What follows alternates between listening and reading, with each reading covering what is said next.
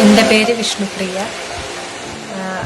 ഞാൻ ഒരുപാട് body shaming wait കൂടിയത് കാരണം നേരിട്ട ഒരാളാണ്. എനിക്ക് അലർജിയൊക്കെ കൂടിയപ്പോൾ അതിൻ്റെ ഗുളിക കഴിച്ച് ആഫ്റ്റർ എഫക്റ്റായിട്ട് എനിക്ക് വണ്ണം വയ്ക്കുകയുണ്ടായി.